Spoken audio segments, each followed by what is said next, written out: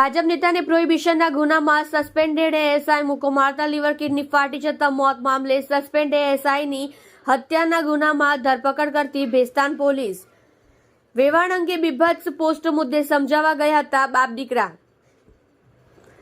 ભાજપના લઘુમતી મોરચાના નેતાનું મોત નીપજ્યું 15 દિવસ બાદ પુત્રના લગ્ન હતા। ભેસ્તાન પોલીસે આરોપી પોલીસકર્મી સાથે હત્યાનો ગુનો નોંધ્યો। રોનક હિરાણીની ભેસ્તાન પોલીસે ધરપકડ કરી।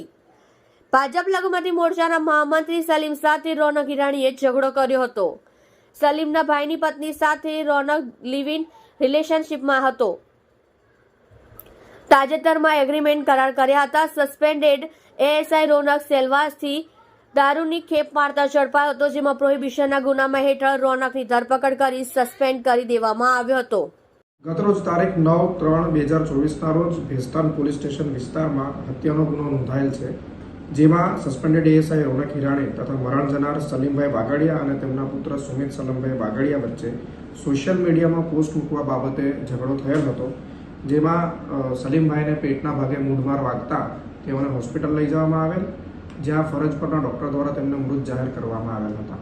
આ બનાવમાં પોલીસે પેનલ દ્વારા પીએમ કરાવીને ત્યારબાદ આઈપીસી 302 હેઠળ ગુનો નોંધેલ છે।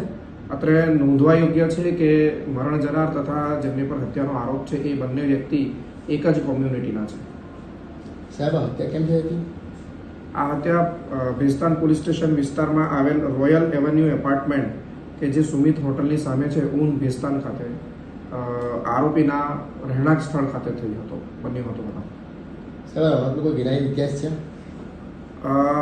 ઉપરોક્ત ગુનામાં સામેલ આરોપી રોનક એએસઆઈ સસ્પેન્ડેડ એએસઆઈ છે અને ભૂતકાળમાં તેઓની ઉપર પ્રોહિબિશનનો ગુનો દાખલ થયેલ છે અને હાલમાં તેઓ સસ્પેન્શન હેઠળ છે। કારણ શું એમ મુખ્ય હત્યાનું?